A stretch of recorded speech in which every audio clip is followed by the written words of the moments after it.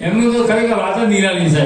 અને એક અગત્યની વાત આજ મારે કહેવી છે કે આ બેનરની શોભા બહુ સુંદર છે, પણ આ બેનરની શોભામાં એક બીજો વધારો થયો છે સાહેબ. દીપલ દેસાઈનું સ્વાગત કરું છું. આઈ લવ યુ.